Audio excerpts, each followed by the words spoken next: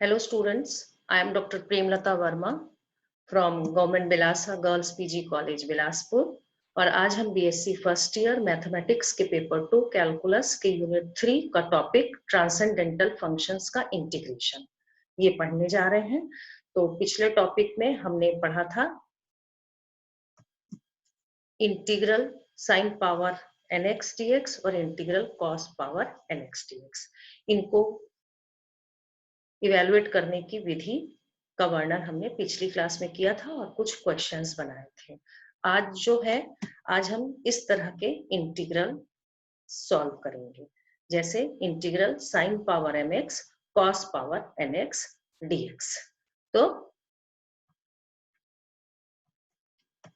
चलिए, अब आपको ध्यान होगा integral sine power mx cos power nx dx का 6 तरह से आपने रिडक्शन फॉर्मूले में इंटीग्रेंड्स के integral m n-2 m+2 n ऐसे 6 तरह से इंटीग्रेंड्स को रिलेट किया था। तो रिडक्शन फॉर्मूले से भी ऐसे क्वेश्चंस रिडक्शन फॉर्मूले चैप्टर के अंतर्गत बनाए जा चुके हैं। अब ऐसे क्वेश्चंस यदि आएंगे तो आप रिडक्शन फॉर्मूले से भी बना सकते हैं।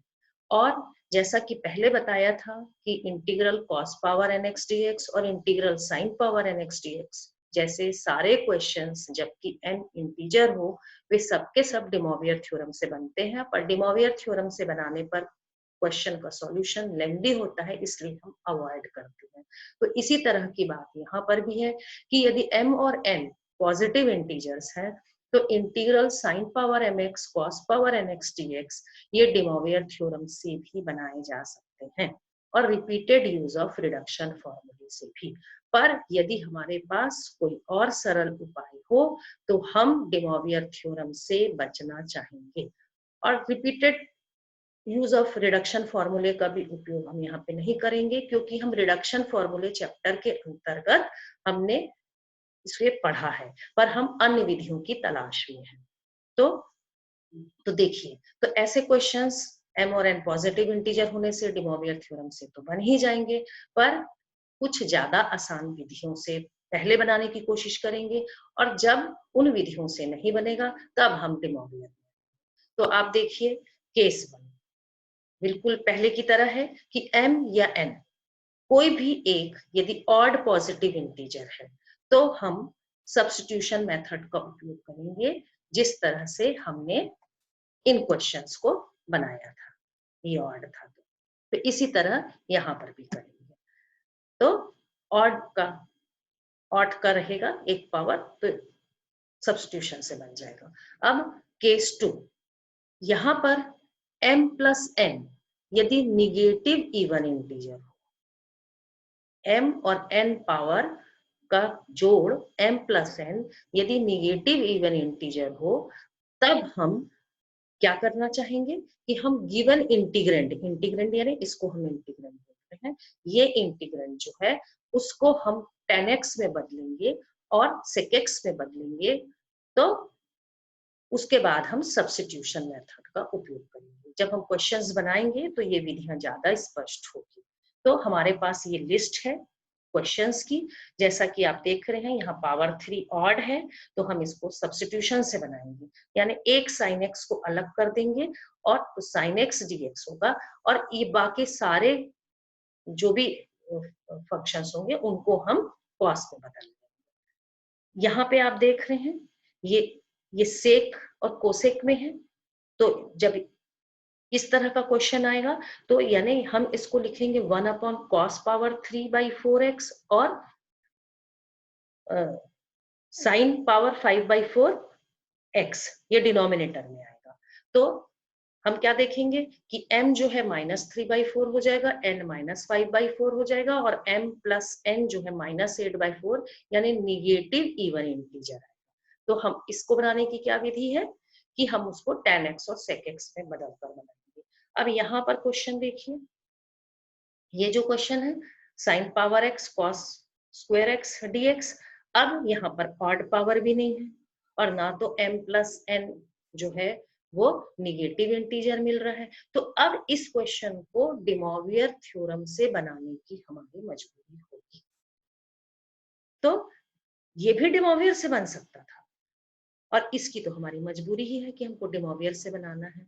तो सभी क्वेश्चंस जिसमें m और n पॉजिटिव इंटीजर है वो सब के सब डिमोवियर से बन सकते हैं।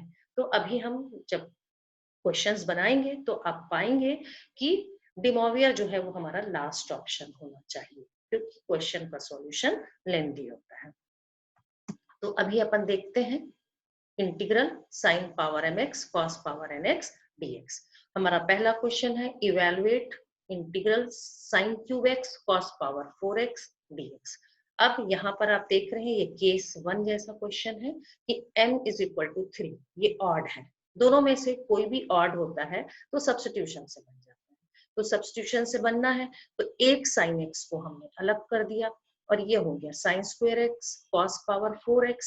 अब साइन एक्स dx कब आएगा? जब हम cos x को t मानेंगे, तो इतना पूरा हम cos x में बदल देंगे, ये तो cos में है ही, साइन स्क्वायर x को हम 1 minus cos square x cos power 4x sine x dx। अब हमने cos x को t सपोज किया तो मिला minus sine x dx is equal to dt। अब cos x को t सपोज किया है तो ये हो गया 1 माइनस टी स्क्वायर, ये हो गया t पावर 4 और sin x dx जो है ये माइनस dt हो गया। तो अब ये t रेज टू 4 है तो यहाँ पे माइनस साइन है तो माइनस टी रेज टू 4 का अंदर मल्टीप्लीकेशन हो गया तो minus t raise to 4 plus t raise to 6 हो गया। अब टी रेज टू 4 का इंटीग्रेशन क्या हो जाएगा? t power 5 t power 5 upon 5 plus t power 7/7 t raise to 6 का इंटीग्रेशन। अब t की वैल्यू क्या थी? cos x, तो हम t के बदले में cos x भर दिए तो minus cos power 5x upon 5 plus cos power 7x upon 7। तो इस तरीके से integral sine cube x cos power 4x dx का हमें आंसर मिला। आप चाहें तो डिमोवियर से भी इसको बनाकर देखेंगे तो आपको पता चलेगा कि ये विधि से बनाना हमारे लिए ज्यादा आसान था। तो डिमोवियर को तब तक नहीं पकड़ना है जब तक कोई सरल विधि हमारे पास है, तब हम डिमोवियर को नहीं पकड़ेंगे, और जब मजबूरी है कि डिमोवियर छोड़े किसी से नहीं बनेगा तो फिर बनाना ही है। अब क्वेश्चन 2 पे है सेक 3/4x कोसेक 5/4x, इसका इंटीग्रेशन करना है। तो ये इस फॉर्म में लिखा जा सकता है 1 upon sine power 5/4x cos power 3/4x। यानी जब हम इसको ऊपर ले जाएंगे तो ये क्या हो जाएगा? m की वैल्यू मिलेगी -5/4, m की वैल्यू सॉरी ये n है, n की वैल्यू -3/4, ये m है और ये n है, तो ये मिला। तो अब m प्लस n हमारा क्या हुआ? -8/4 -2। तो इवन निगेटिव इंटीजर मिला, जैसा कि बताया था कि इवन निगेटिव इंटीजर होगा तो हम किससे बनाएंगे? tan x और sec x में बदल कर बनाएंगे। तो चलिए अब हम इसको बदल कर बनाते हैं। तो अब देखिए साइन में जितनी पावर है उतना ही tan का पावर लाना है हमको। तो साइन पावर 5/4x है तो हम क्या करेंगे? इसमें cos पावर 5/4x डिवाइड किया और उतना ही यहाँ पे मल्टीप्लाई किया और cos पावर 3/4x उतार लिया। तो ये किस में बदला? tan पावर 5/4x, और जब ये दोनों पावर जोड़ेंगे तो हमको मिलेगा cos स्क्वायर x 5 + 3 अपॉन 4, तो cos स्क्वायर x मिलेगा। तो cos स्क्वायर x को हम sec स्क्वायर x dx लिख लिए। अब देखिए यहाँ पे सब्स्टिट्यूशन से हम बना सकते हैं sec square dx sec square x dx कब आएगा? जब हम tan x को t मानेंगे। तो tan x को t लिया, sec square x dx dt हो जाएगा।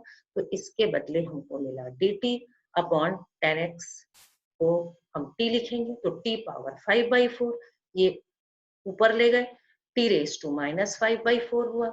अब इसका इंटीग्रेशन करेंगे तो t रेज टू -1/4 अपॉन -1/4 आएगा, यानी -4 1 अपॉन t रेज टू 1/4।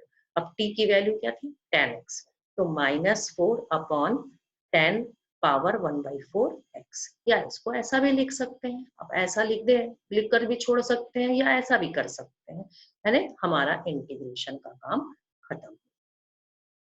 तो स्टूडेंट्स अब हम क्वेश्चन 3 में आते हैं। क्वेश्चन 3 में आप क्या देख रहे हैं? Integral sine power 4x cos square x dx। आप यहाँ पे देख रहे हैं हमारे केस 1 में कोई ऑड होना चाहिए पावर, तो ऑड मिल नहीं रहा है, और m plus n is equal to even negative integer वो भी नहीं है। तो यानी अब हमारी मजबूरी है कि हम इस क्वेश्चन को डे मॉर्वियर से बनाएं। तो डे मॉर्वियर के लिए बनाने के लिए इससे पहले भी बताया था कि शुरुआत हम हर बार ऐसा ही करेंगे डे मॉर्वियर थ्योरम से क्वेश्चन को बनाते समय। और डे मॉर्वियर थ्योरम काम क्या करता है? ये पावर को कोएफिशिएंट में बदलता है, और जब पावर कोएफिशिएंट में बदल जाता है तो sin 2x cos 8x इस तरह का जो है इंटीग्रेशन जो है वो स्टैंडर्ड रिजल्ट होता है फॉर्मूला। तो चलिए अब हम शुरुआत करते हैं इसके सॉल्यूशन की। Let z is equal to cos x plus i sin x। तो हमको z inverse de Moivre theorem से मिलेगा cos x minus i sin x। अब पावर n लगाकर ये दोनों को लिख सकते हैं, z power n de Moivre theorem से cos nx plus i sin x होगा। z माइनस n करेंगे तो cos nx minus i sin x होगा। तो ये 1 2 3 4 ये 4 इक्वेशंस बने। अब इक्वेशन 1 और 2 को जोड़ेंगे तो z plus z inverse 2 cos x मिलेगा। z माइनस z इनवर्स करेंगे तो 2i sin x मिलेगा यहां दोनों से। अब 3 और 4, 3 हमारा क्या है? ये इन दोनों को एक बार जोड़ेंगे फिर एक बार घटाएंगे, तो ये हमको मिलेगा z power n plus z power minus n is equal to 2 cos nx, z power n plus sorry minus z power minus n is equal to 2i sin nx। तो इस तरह से 8 इक्वेशंस आपको हर क्वेश्चन में लिखना है, practice कर लीजिए। अब हम क्या करेंगे? अब हमारे क्वेश्चन में क्या था? क्वेश्चन में हमारे पास है sin power 4x cos square x dx। तो जो क्वेश्चन का इंटीग्रेंट है उसको देखते हैं। तो sin power 4x cos square x। और एक बात है स्टूडेंट्स कि 7th और 8th इक्वेशन का उपयोग पूरे इंटीग्रेशन के आखिरी स्टेप में होता है, और जो है 5 और 6 का उपयोग शुरू में होता है। तो शुरुआत sin power 4x cos square x। तो यहां से हम देख रहे हैं cos x जो है वो z plus z inverse upon 2 लिखा जा सकता है, और sin x को z minus z inverse upon 2। तो ये हमने लिख लिया। अब ये i रेज टू 4 1 होता है, और 2 पावर 4 और 2 स्क्वायर यानी ये 2 रेज टू 4, सॉरी यहाँ पर हमको साइन पावर ये 2 रेज टू 4 और 2 रेज टू, ये सॉरी ये पूरा 2 रेज टू 6 चलेगा, यहाँ पर गलती हो गई है, ये 2 रेज टू 6 होगा। तो अंदर का कैलकुलेशन सेम रहेगा, बस फर्क ये है कि हमें इसे 2 रेज टू 6 लिखना है। मैं पीडीएफ जो भेजूंगी उसमें मैं इसको सुधार के भेजूंगी। तो ये हो जाएगा z। अब इसको हम बाइनोमियल थ्योरम से खोल देंगे, तो खोलने से क्या मिलेगा? z पावर 4, ये 4c1, ये 4c2, ये 4c3, फिर 4c4। तो इससे हम खोलेंगे तो इस तरह से मिलेगा, ये a plus b whole square से खुलेगा, तो z square plus 2 plus z raise to minus 2। तो ये होगा 1 अपॉन 2 रेज टू 6, सुधार कर ये हो जाएगा z power 4 minus 4z square plus 6 minus 4z power minus 2 plus z minus 4 power, और ये उतार दिया। अब इस ब्रैकेट के टर्म्स का इस ब्रैकेट का टर्म से मल्टीप्लिकेशन करेंगे, जो आप खुद से कर सकते हैं। अब हम क्या कर रहे हैं? कलेक्ट कर रहे हैं सारे टर्म्स को, तो 6 और माइनस 6 पावर ये कलेक्ट हुआ। अब 2z4 यहाँ है, माइनस 4z4 है पावर, और फिर आपके पास तो ये कितना हो जाएगा? माइनस 2z पावर 4, और इतना ही z पावर माइनस 4 मिलेगा। आपका कम ज्यादा नहीं मिलेगा कहीं पर भी, जो भी मिलेगा वो बराबर बराबर संख्या में मिलेगा। z पावर 4 जितना आएगा उतना ही z पावर माइनस 4 आएगा हर जगह। तो इस तरीके से ये हमारा -4 है, ये +12 है, ये हो जाएगा हमारा +4। तो इस तरीके से अब आप देख रहे हैं कि ये पेयर्स में आ गया। अब हमको इक्वेशन 7 और 8 का उपयोग करने का समय आ गया है। तो अब n इज इक्वल टू 6 रखेंगे तो z power 6 plus z power -6 हमको मिलेगा 2 cos 6x और z पावर 6 यहाँ पर देखिए हर ब्रैकेट में एक जैसा साइन आता है। आप ये ख्याल रखिएगा कभी बनाते समय यदि गलती होती है तो आप पाएंगे कि यदि अलग अलग आ रहा है तो आप ऊपर के स्टेप्स को देखकर सुधार लीजिए, क्योंकि ऐसा होगा ही नहीं, आपको हर ब्रैकेट में एक जैसा मिलेगा। तो ये 1/2 रहेगा सुधार का ये पेयर। तो अब हम आगे का स्टेप देखें तो ये हमको मिलेगा 1/2 पीडीएफ में सुधारूंगी। ये हो गया 2 cos 6x, ये आप देख रहे हैं ये 2 cos 6x बनेगा, ये 2 cos 4x मिलेगा, ये इक्वेशन 7 से, और ये 2 cos 2x मिलेगा। तो ये सब हो गया। अब देखिए ये पावर जो है, पावर वाली बात खत्म हो गई और यहाँ पर सब जगह आपको कोएफिशिएंट में मिल रहे हैं और इंटीग्रेशन के लिए इनके लिए स्टैंडर्ड फॉर्मूले हैं। तो अब हम इंटीग्रेट यदि करेंगे, लास्ट स्टेप में हम इंटीग्रेशन करते हैं, पहले सारा डिमोवियर का स्टेप्स लगाते हैं। तो integral sin power 4x cos square x dx is equal to 1/2 तो ये हमको क्या मिलेगा, इसका इंटीग्रेशन sin 6x अपॉन 6, इसका इंटीग्रेशन sin 4x अपॉन 4 और इसका इंटीग्रेशन sin 2x अपॉन 2, और ये 4 है यानी 1 dx बनेगा, तो ये 4x। तो इस तरीके से स्टूडेंट्स ये जो है 2 सब में से आप कॉमन निकालेंगे तो ये 2⁶ रहेगा, तो ये 2 आपको 5 मिलेगा। ये आप सुधार लीजिएगा PDF में। I am very very sorry that I could not recognize my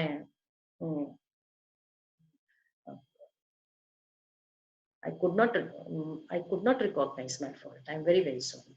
So ये यहाँ पे 1/2 आएगा। तो इस तरीके से आपका जो है केवल बाहर का जो ये नंबर है इसमें गलती हुई थी, बाकी पूरा स्टेप जो है आपको समझ में आ जाएगा। तो ये क्वेश्चन आपका डिमोवियर थ्योरम से बना, चूंकि ये किसी दूसरे मेथड से बन नहीं सकता था, रिडक्शन फॉर्मूले से बनता, पर रिडक्शन फॉर्मूला हमारा उद्देश्य नहीं है इस चैप्टर में, हमें अन्य विधियों की खोज करनी थी। अब आप अपनाते हैं क्वेश्चन 4 पे। यहाँ पर है integral sin power 5/6x cos cube x। अब आप यहाँ पे देखिए ये 2 पावर है। अब इन 2 पावर में हम देख रहे हैं कि एक पावर ऑड है, यानी हमारे केस 1 का क्वेश्चन है। तो अब हम क्या करेंगे, इसको एक जो ऑड पावर है उनमें से एक cos x को हम अलग लिख लेंगे। तो हमें क्या मिला, इंटीग्रल sin पावर 5/6x, ये cos स्क्वायर x और ये cos x dx। अब cos x dx कब मिलेगा, जब हम sin x को t लेंगे। तो हम क्या करेंगे, ये जितना भी है इस पूरे को हम साइन में बदल दिए। देखिए cos स्क्वायर x को 1 माइनस साइन स्क्वायर x कर दिया। अब ये पूरा साइन में बदल चुका है और ये cos x dx है। हम sin x को t लिए तो cos x dx dt हो गया। अब sin x को t सब्स्टिट्यूट कर दी के बदले में हमने सब्स्टिट्यूट कर दिया, ये t रेज टू 5/6, ये 1 माइनस t स्क्वायर और cos x dx के बदले dt। इस t पावर 5/6 को हम ब्रैकेट के अंदर मल्टीप्लाई कर दिए तो t पावर 5/6 माइनस ये 2 प्लस 5/6 आपको मिलेगा, 6 2 12 प्लस 5 17, ये 17/6 पावर आएगा dt। अब इसको जब हम इंटीग्रेट करेंगे तो t 11/6 upon 11/6 minus t 23/6 power upon 23/6, यानी ये मिलेगा 6/11 t power 11/6 minus 23/6 t power 23/6।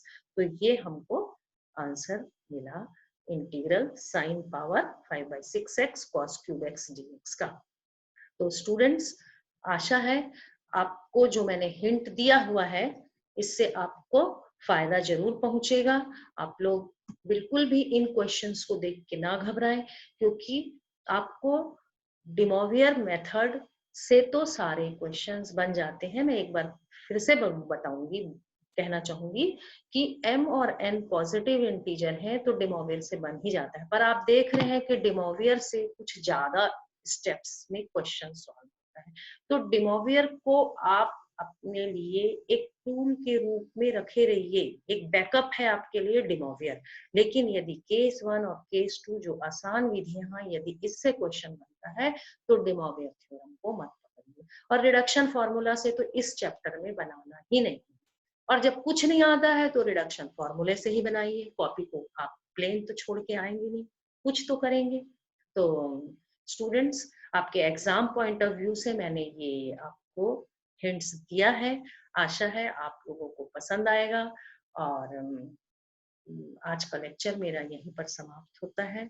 और ये क्वेश्चंस आपके लिए मैंने लिख के रखा हुआ है प्रैक्टिस करने के लिए। आप इनको प्रैक्टिस कीजिए, बहुत ही आसानी से आपको क्वेश्चंस बनेंगे। और मैंने जितने भी ट्रांसेंडेंटल फंक्शंस के इंटीग्रेशन में बता रही हूँ, मैं हर जगह टेबल बता रही हूँ कि आपको हिंट मिले।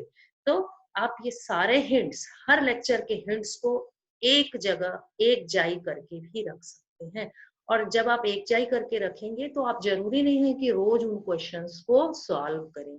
आप केवल जो आपके पास हिंट है, केवल उन्हीं को, क्वेश्चन को देखो, इधर हिंट मत देखो, क्वेश्चन को देखो, और केवल ये रिवाइज करो कि कौन सी विधि से बनेगा। इतना भी यदि आप कर लेते हैं तो क्वेश्चन को सॉल्व करने की जरूरत नहीं होगी। एक बार यदि आपने सारे सॉल्व कर लिए हैं तो फिर आप जब कभी भी आपका इंटरनल टेस्ट हो, एग्जाम हो, उसके थोड़े दिन पहले पढ़ेंगे तो भी आपसे सब कुछ बन जाएगा। तो स्टूडेंट्स, आपने धैर्य से सुना, इसके लिए मैं आप लोगों को बहुत बहुत थैंक्स देती हूँ।